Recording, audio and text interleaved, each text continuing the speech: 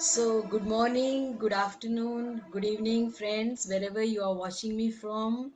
I am Dr. Rupa Shah, and today the topic that I have chosen is called as food additives. Now, in these days and time where we get a lot of food in fancy boxes and packages with lots of details to be read in label, now we have thousands of food additives available to the industry to add in the food, and then it all first goes into our stomach. So today I wanted to create this awareness about reading the label on the box. It's very, very important. So usually I tell people that you read the label, try to read the label, and when you are trying to read the label, if you can't read it properly, if you can't understand what it says, best is to not to take.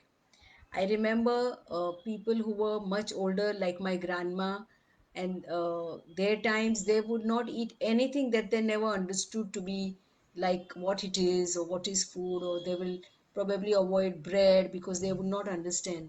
They'll only eat the traditional food. So because they just found it like they wouldn't want to recognize it as food, because they thought we don't know what it is, so we don't want to eat. So that's a way, that's how they probably stayed so healthy for so long without much medication. Now, the WHO definition of what is a food additive is like this: that food additives are substances that are added to the food products for either maintenance or improvement of the food. It may enhance the safety, flavor, freshness, taste, texture, and appearance of food. This is the WHO definition of what is added to achieve this purpose. Now, traditionally, when we are cooking food, or we are preparing something at home, we always know that salt is a preservative. If we make pickle in salt, then it preserves. Then we also add sugar. The sugar was also, a natural preservative as long as it was not very badly processed. And also oil was considered as natural preservative. If something was fried in oil, the shelf life will increase. So these were the food, salt, sugar, and oil were used traditionally to increase the shelf life and preserve the food. But of course now even there's problem with the salt and sugar and oil. So obviously we are not going to use this much in our day to day food, because these are also now causing a lot of health problems. Now, whenever we buy, curd from outside, or even paneer or mawa, these are dairy products. Even these have some of this food additives added nowadays. So there's a shop here where I live, in Mumbai, this suburb Khar, and it's quite near the station. And once I was looking for some particular food item, it's like an additive thickening agent, and I was told to go to this shop. And I visited the shop. The shop smells a lot. It smelled a lot right from outside as you enter. And then I was just like very overwhelmed by looking at so many different products available. And then I was talking to the owner of the shop, and he told me I kept using the word natural, natural, and he said, no, no, no, in this shop almost everything is unnatural, everything is chemical, most of it is imported from some other country, and there's hardly anything natural. So he had all kinds of things like caved essence or vanilla, but everything was synthetic. So when something is used in ice cream and you think it's a pineapple ice cream, he said no, it's always just the chemical that mimics the pineapple taste. So I realized that everything is all chemical now almost, and nothing natural available. And that means it is added to the food and then it goes into our stomach. So the product that I had gone to ask for was Karaginan, and I was asking him, and he said the minimum I have to buy is 1 kilo. And I said no, but I don't need so much, I'm doing some experiment, I just want to know what it is. Then I just asked him a question: who is buying it from you? Which industry? Who is using it? And he said this people who make paneer, that is the Indian cottage cheese, and also the mawa, these people use this to thicken and increase the weight. Now see this, we don't even know, we casually go to the market and buy, paneer by the weight, and never realize that even the small manufacturers are using this additives. Now, let me start just mentioning a few of the additives that we have been um, seeing it on the label. So, the first one, of course, the most popular one, I call it as monosodium glutamate. It is also called as Ajinomoto, and if you Google it, there are many different names of it. So, sometimes they will not write straight away MSG or no added MSG, but it is there in some other form, in some other name on the label. It's basically a salt of glutamic acid, which is an amino acid, and it's naturally found also in tomatoes and grapes and mushrooms. But what it does, it is enhancing the flavor of the food. It gives a little bit of meaty kind of a flavor, and it is basically a flavor enhancer.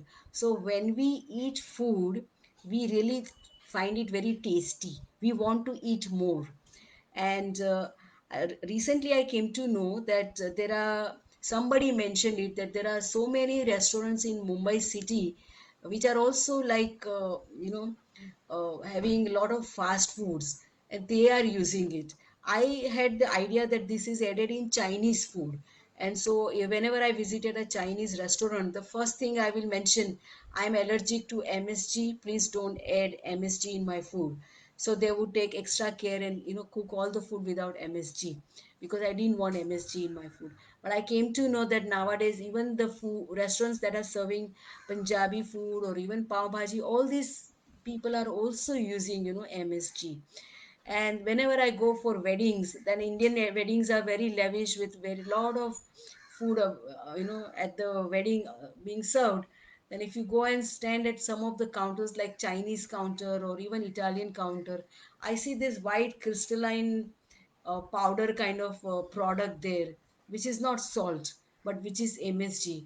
And while the person is cooking, who is not even educated as to what it is, he is just picking up by the fist and adding it to some of this, stir fry vegetables or some of these Chinese dishes. And I immediately quickly move away from the Chinese counter because I just don't want to have it. As it is in wedding, the food is quite manipulated and you have to be very careful. And there's hardly anything that you can eat.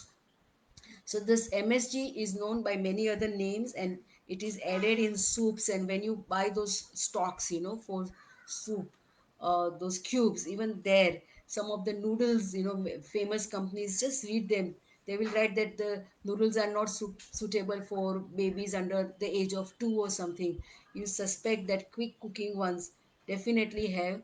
This shows off as if the color is not lost and the food gets cooked very fast.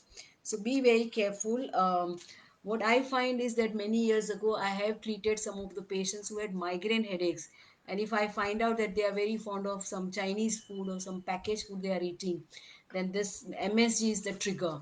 And it is also called as Chinese restaurant syndrome, where the person feels very sick after having eaten something in Chinese restaurant. So migraine headaches and vomiting and all those things happen. So there are other food additives also which I would like to mention. Now, before that, let me mention what is E series. E series is the codes that are given to various food additives. So MSG is known by E621. So if you see E621 as a number, then it's definitely monosodium glutamate. So be careful, and very cheap quality junk foods are definitely having some MSG in it.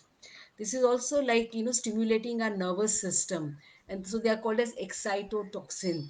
And it also causes a lot of weight gain and diabetes. It's linked with diabetes, type 2 diabetes. So be careful whenever you are eating any of the packaged foods and you get addicted to it. This is also causing food addiction quite a lot, because as soon as you put it on your tongue and you start eating, there's something that happens that is disconnecting your satiety center.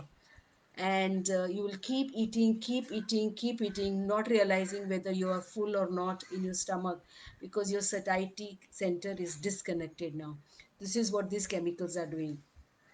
Then the artificial food colors that are added, like yellow color and blue color, red color in tomato ketchup, all these are, labeled as red 40 or yellow S, yellow 6. I study about it and I find that they may have also linked with some of the food allergies. Children who are very hyperactive, please be careful, do not give them all these colored products, colas and drinks. It is also linked with thyroid issues and also with the cancer. So be careful, to not to have such those people who are, on the roadside, selling on the laris, and they have various colored drinks. Be careful, they are using this. Then the next one I would say is guar gum. This is also used in as a thickening agent. India is one of the largest exporter of guar gum.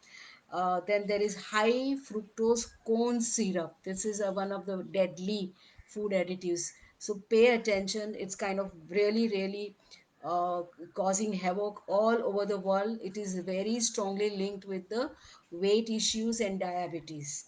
Then there are artificial sweeteners. Many of my type 2 diabetes patients are quite hooked on saccharin and aspartame and sucralose and all those. So I immediately make them stop all those artificial sweeteners. Please don't use them. They are also not good for health.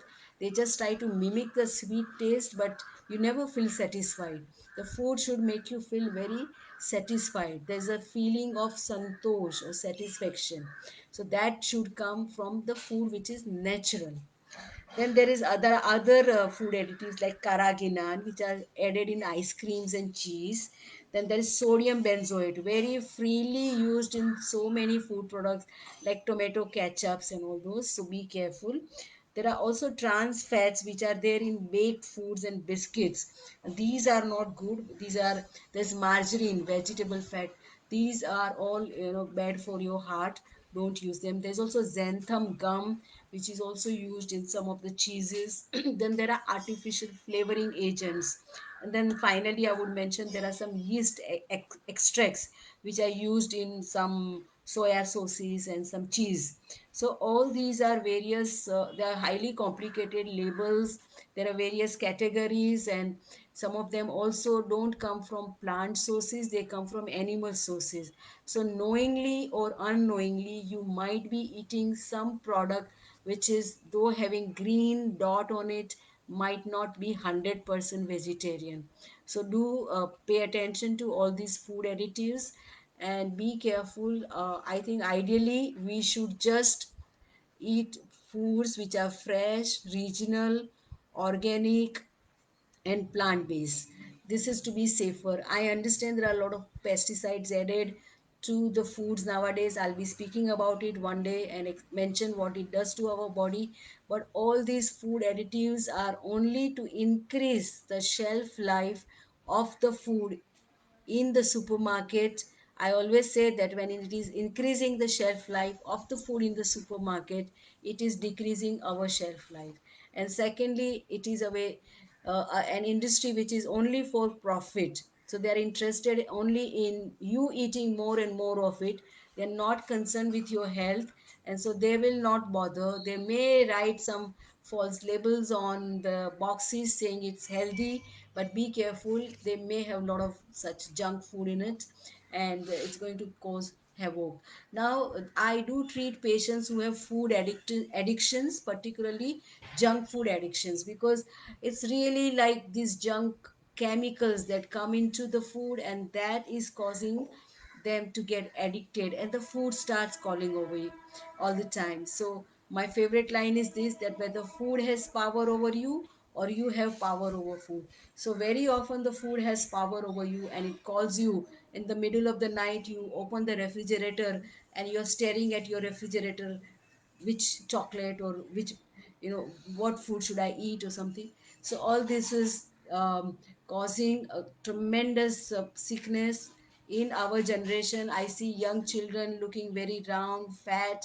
It's really sad to see that they are having thousands of products in the market, and there's like supermarket aisles are full of loads of all these things, and you will find that real good foods or the fresh foods are only at some corner. You have to go and search for it, and all this junk is available in the colas and color drinks and everything, and you'll end up easily picking up. So when you see your shopping baskets, pay attention. What have you bought? If you bought it, you bring it to your home, it's going to go into your stomach. So be careful. So today, there are some flower remedies that I use to break this food addiction pattern. One of them will be walnut, and there are also other ones. So these flower remedies gradually help you to overcome your food addiction, and maybe you want to lose weight, it will help you a lot. So thank you very much. Again, I'll be back tomorrow with another interesting topic. And till then, please do write, mention your comments, and I'll be very happy to speak on the topics that you all ask me for. Or if there are any other questions, you're most welcome to ask me. Thank you very much for being with me right now.